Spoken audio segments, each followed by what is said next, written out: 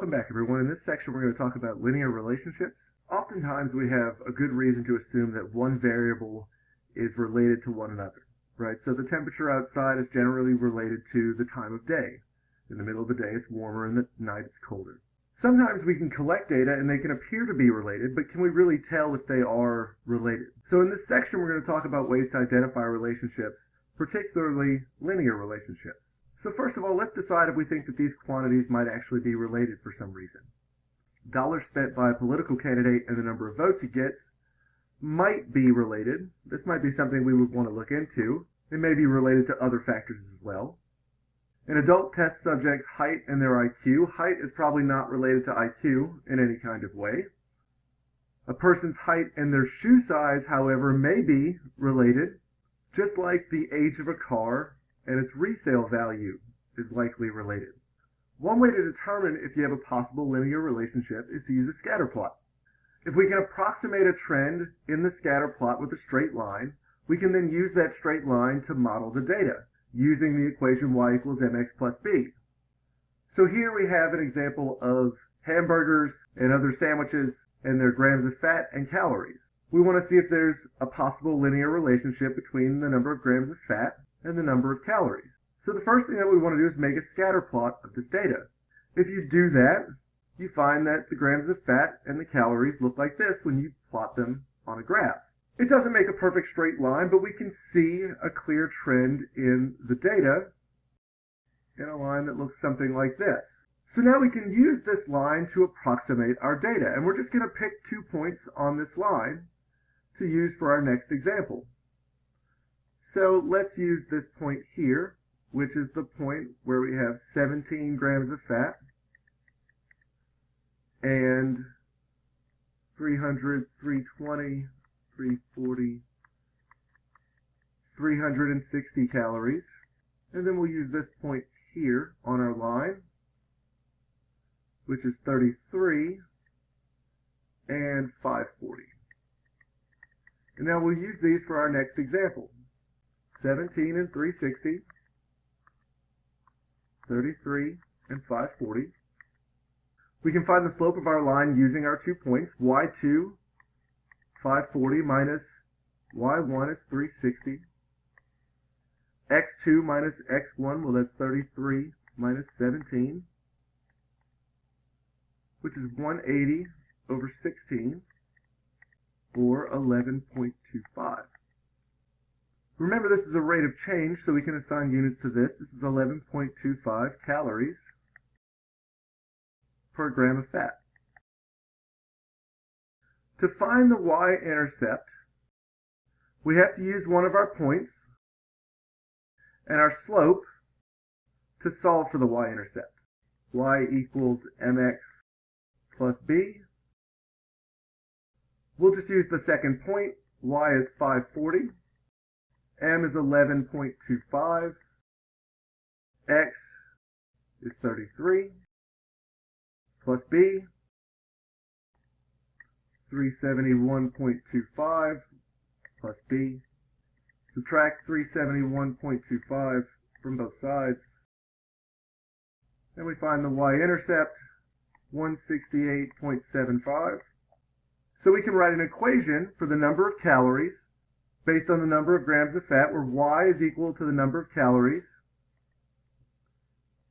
11.25 times x, plus 168.75. It's important to use points from your line of best fit, or the line that you draw, and not your data points. You're trying to find the slope of the line that you drew, and so you don't want to use the data points to do that. Having an equation now allows us to make predictions about other values. So we can use the equation that we have to predict number of calories in a Whopper, which has 39 grams of fat. So y equals 11.25 x plus 168.75. Y is our number of calories, x is the grams of fat, so we're just going to use 39 for x. This is 11.25 times 39 plus 168.75. 438.75 plus 168.75, the estimated number of calories in a Whopper, 607.5 calories. Just as a little bit of practice, let's use these 2 points to find the equation of the line that would go through them. And so x1, y1, x2, y2, we're going to first find the slope, y2 minus y1 over x2 minus x1. So 7 minus 4 over 9 minus negative 3. That is 3 over 12, or 1/4. To then find the y-intercept, y equals mx plus b. We'll use the second point, y is 7, m is 1/4, x is 9 plus b. This gives us 9/4 plus b. Sorry, I just switched to a capital letter there, minus 9/4 from both sides. And b is equal to 19 over 4. And so we can write the equation, y equals 1/4 x plus 19 over 4. If you complete this example on your own using the data points and draw a line, it's likely that you'll draw a line different from what I drew. And so rather than guessing and everybody drawing a different line, we can just use technology to model the data. So let's use the previous example, and we'll plug that data into Excel, and we're going to draw a best fit line for it. And then we'll use that to predict the number of calories in a Whopper again and compare the two. So I'm going to pause for just a second and switch to Excel. Okay, so here we are in Excel, and we have made a scatter plot of our data. If you need to review that, go look at the previous section. And now that we have our scatter plot, in order to find a line of best fit, we want to add a trend line. On a Microsoft or a PC, if you right-click on one of the points, you'll see these options pop up that say Add Trend Line. On a Mac, it's slightly different. You may need to look up how to find the Add Trend Line option on a Mac. We can then click Add Trend Line. We want to add a linear trend line because we're interested in a straight line. So don't worry about any of this other stuff yet. But down here at the bottom, you do want to click Display Equation on Chart and display the r² value on chart. And then we can just pick this up and move it if we want to. We'll just set it over here to the side. We're going to use both of these values here in just a moment. We have an equation now that Excel has given us. And so let's go back and we're going to use that to determine the number of calories in a Whopper based on now our Excel equation.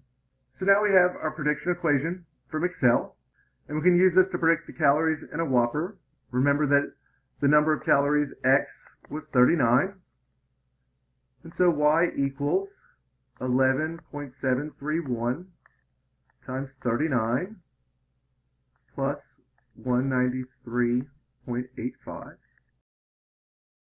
And if we plug those values into our calculator, we find the prediction value of 651.36 calories, which is different from our prediction of 607.5 calories. Whenever we model data using a linear function or a straight line, we can calculate a value known as the correlation coefficient, given by a lowercase r, which tells us how well our data fit to the straight line. The direct way of calculating r is somewhat complicated, but we can determine this value using Excel, and this is why you click that r² button.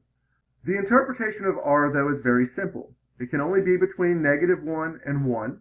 The closer it is to 0, the weaker the linear relationship. The closer it is to 1 or -1, the stronger the linear relationship. The sign of r just depends on the nature of the relationship, whether both values increase at the same time or one increases and one decreases. The way that we calculate r, we can only determine this as a positive value, but there can be positive and negative values for r. So we can use the r² value from our Excel trend line. R² was equal to 0.9499. And we can use that to determine the correlation coefficient r by just taking the square root. if we take the square root of both sides and using your calculator, r 0.97. Because this value is close to 1, then it would imply that there's a strong correlation between the data. There's likely a linear relationship between the data. If it were closer to 0, then there's likely not a linear relationship. So just remember that your predictions are not always accurate. They're just predictions. They're going to be different depending on the different models. Models don't have to be 100% accurate all the time. They can be modified using new data with the goal of just being the best possible model that you could have. So as an example, what does our model predict for the number of calories in a Big Mac? A Big Mac had 31 grams of fat and 560 calories.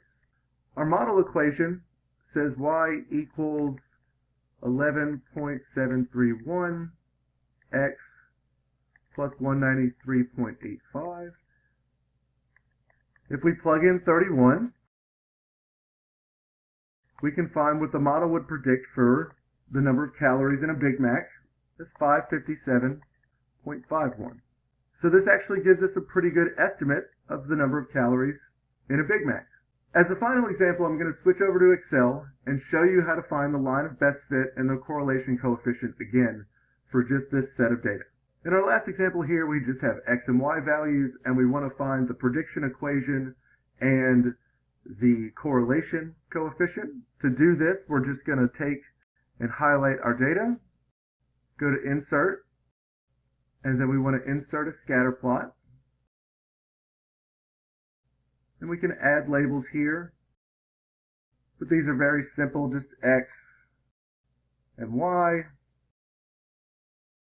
And now, to find our trend line, we just right-click on one of the points, add trend line. We want a linear trend line, display equation, and then display the r-squared value.